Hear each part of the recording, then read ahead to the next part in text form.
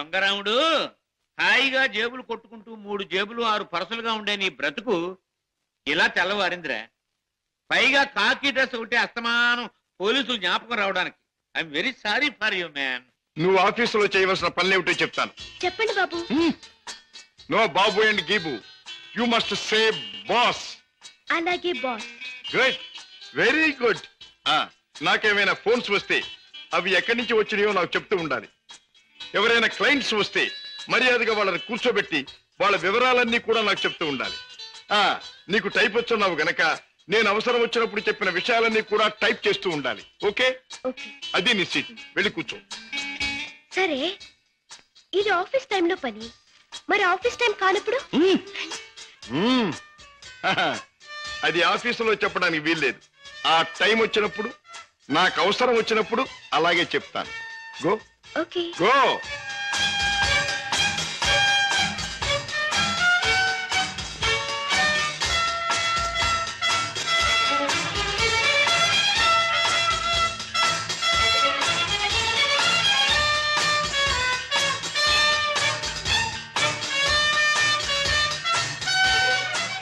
As per the proceedings and dictations of the court, it has been clearly understood that... Hello? Hi, Kishore! Congratulations, congratulations! నాకు మేనల్లుడు పుట్టాడు. ఇప్పుడే వచ్చేస్తున్నాను. Okay okay. ఒరే అల్లుడు, మేనల్లుడు, నా ముద్దుల మేనల్లుడు. ఇదిగోరా, నువ్వు ఆడుకోవడానికి బొమ్మ తెచ్చాను, పోనీ టైల్. ఇదిగో రైలు ఎక్కి ఎక్కడికైనా వెళ్ళిపోవచ్చు. చూసావా పద్మ, అల్లుడికి ఆడుకునే వయసు రాకుండానే ఎన్ని బొమ్మలు తీసుకొచ్చాడు మీ అన్నయ్య. అన్నయ్య, ఏమిటమ్మా నువ్వు అసలు వాడికి ఇవ్వాల్సింది ఇవి కావు. మరి ఇచ్చేది ఏమిటో చెప్పమ్మా. ఎంత కష్టపడైనా సరే తీసుకొస్తాను. ఒక బుల్లి పెళ్ళాన్ని. పెళ్ళాన్నా? అన్నయ్య, ఏమిటమ్మా? డాడీ ఊళ్ళో లేరా? ఆయన సంగతి నీకు తెలుసు కదమ్మా.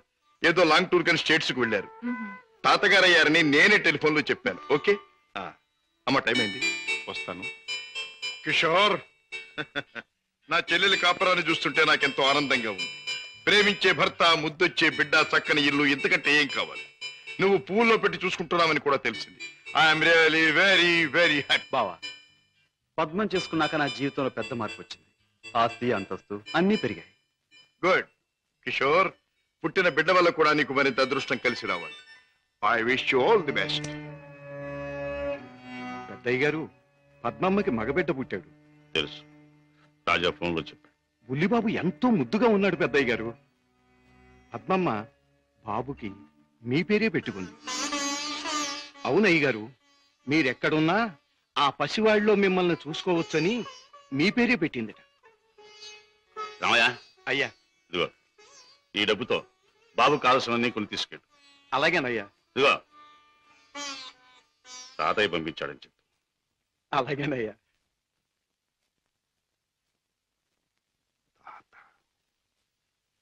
Now I'm a grandfather. Sita, పుట్టిన నా మేనల్లుడికి పెళ్ళానిచ్చే బాధ్యత నా చెల్లెలు నా మీద పెట్టింది.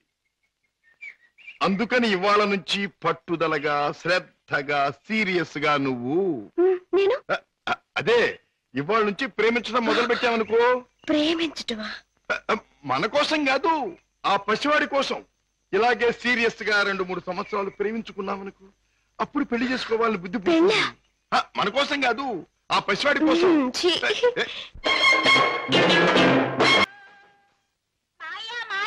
హలో అల్లుడు, ఏమిట్రా ఇలా వచ్చావు? మామయ్య మీద మనసైందా?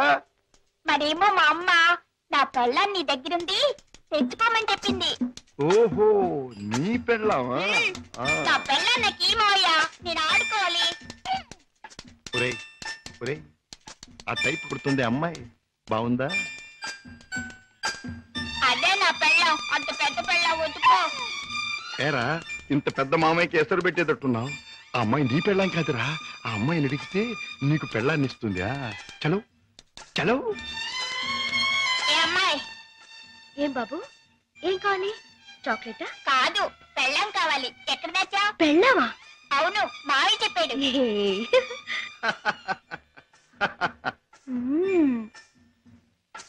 అమ్మా, అమ్మమ్మమ్మమ్మమ్మా, అబ్బా, అయ్యో.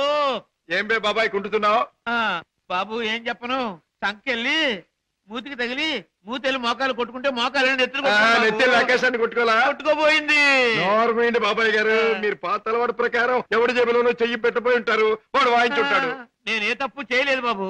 సెలవు కదా అని చేపలు కొనుక్కు తిందామని బెస్తపేట వెళ్ళాను. అక్కడ ఒక పెద్ద చేపను డబ్బులు ఇచ్చి కొనబోతే ఈ చేప నాది అని ఒక రౌడీ వచ్చాడు కూర్చున్నాడు బాబు.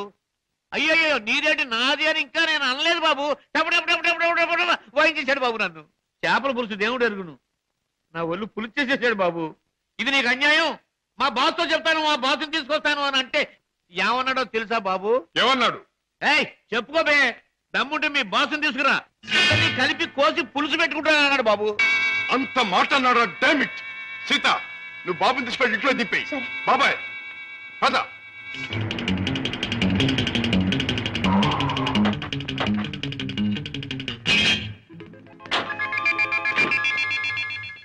అక్కడే సార్ వాడు నన్ను పట్టు కొట్టింది.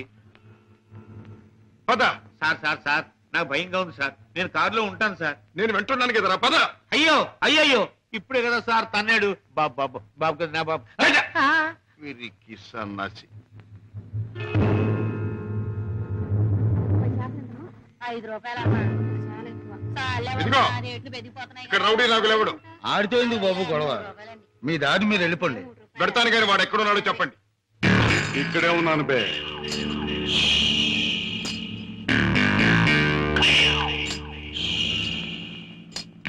నువ్వే నా నాగులు?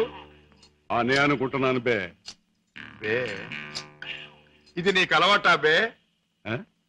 అన్యాయంగా మనుషుల్ని కొట్టడం నేరమని నీకు తెలుసా? పేద రీతులు నాతో చెప్పక. నేను చేసిన పని నాకు న్యాయమే అనిపిస్తుంది. న్యాయం అని నీ ఇష్టం వచ్చినట్లు ప్రవర్తిస్తే చట్టం శిక్షిస్తుంది. చట్టం, శిక్ష, నేరం ఇవన్నీ మనకు అనవసరం. సముద్రం లాంటి ఈ పేటలో మనం తిమింగలం. దమ్ముంటే తెలుసుకున్నారా? లేకపోతే నోరు మూసు తలంచూపో. అంతేగాని ఈ నాగులుగాడి దగ్గరకు వచ్చి రూల్స్ గిల్స్ అంటే తల మీద బొమ్మిడలు ఏం చేయగలరు. మన గురించి కావాలంటే ఈ పేటలో ఈ సన్నాసి నేను అడుగు. అవునులే, పేటలో పెద్దగా మురిగే ప్రతి కుక్క గురించి ప్రతి సన్నాసికి తెలిసే ఉంటుంది. మాటలతో నన్ను రెచ్చగొట్టకు. బొస్సు కొట్టేయగలను. కొట్టగా కూరలు పీకేయగలను. అంత మునగడివా?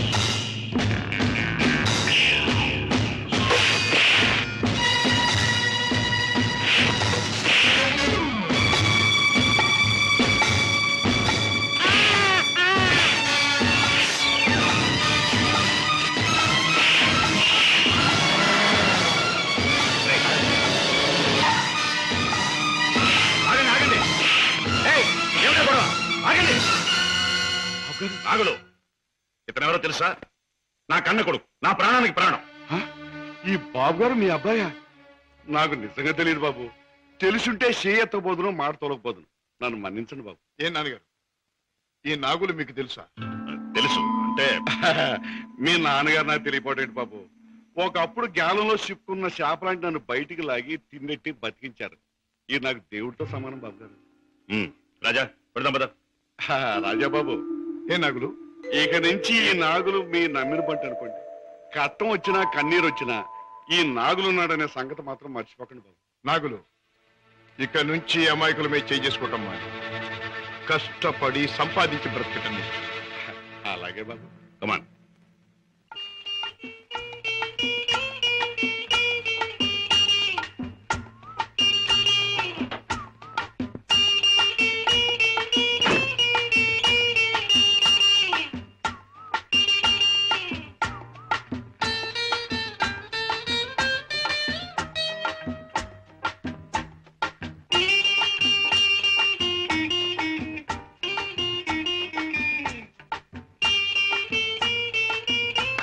Very good very good very good hi తాత, నాతో డాన్స్ చేస్తావా?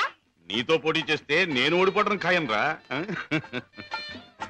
కింద పడేస్తావు, దింపు తాతయ్య. నువ్వు ముద్దిస్తే గాని దింపనరా. చీ, ముద్దివ్వడానికి నువ్వే ఆడపిల్లవా? ఓ నీతో మాటల్లో పోటీ చేసినా ఓడిపోవడం ఖాయం రా. రామయ్య బాబు పద్మ వచ్చిందా? ఏంటది మీ ఆరోగ్యం అది? బాగానే ఉందమ్మా. పద్మ మీ కాపురాన్ని గురించి ఎప్పటికప్పుడు వింటూనే ఉన్నాను. కిషోర్ పట్టుదలకి ప్రయోజకత్వానికి చాలా ఆనందిస్తున్నానమ్మా. తాత, నువ్వు కథ చెప్తానన్నావు, చెప్పవా? ఓహోహో అన్నాను కదూ. అవును రోయ్, చెప్తాను.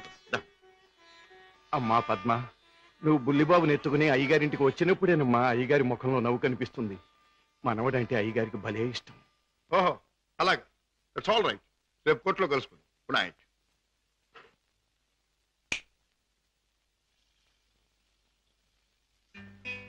డాడీ ఇలా వచ్చారేమిటి? అయిపోతున్న వయస్సు, అలసిపోయిన మనస్సు మనిషికి గమ్యం దగ్గర పడుతుందని తెలియజేస్తాయి కదా. అలాంటప్పుడు మిగిలిపోయిన కోరికలన్నీ త్వరగా తీర్చుకోవాలని ఆశపడతాడు మనిషి. It's natural. అవునా? మీ మనసులో ఉన్న కోరిక ఏమిటి? రాజా, చీకట్లో ఒక చిన్న దీపం ఎంత వెలుగునిస్తుందో, ముసలితనంలో ఒక పసివాడు తాత అని పిలిస్తే అంత ఆనందం కలుగుతుంది. కళ్ళకు వాడంత వెలుగవుతాడు అని రామయ్య తరచూ చెబుతుంటాడు. అప్పుడు మీరేమనేవారు? నేనా? నిజమేనని ఒప్పుకునేవాడిని. రాజా, అనుక్షణం బిజినెస్ వ్యవహారాల్లో పడి కన్నబిడ్డలకు జరపవలసిన ముద్దు ముచ్చట్లు మర్చిపోతున్నానేమో అనిపిస్తుంది. అందుకే పద్మ తన పెళ్లి తాను చేసుకుంది. ఆ పెళ్లి కళ్ళారా చూసి అదృష్టం పోగొట్టుకున్నాను. కానీ రాజా, నీ విషయంలో మాత్రం అలా జరగదు. నీ మనసులో ఎవరైనా ఉంటే చెప్పు, నేను అభ్యంతర పెట్టను. మనస్ఫూర్తిగా ఒప్పుకుని దీవిస్తాను. Thank you daddy, thank you. Good night.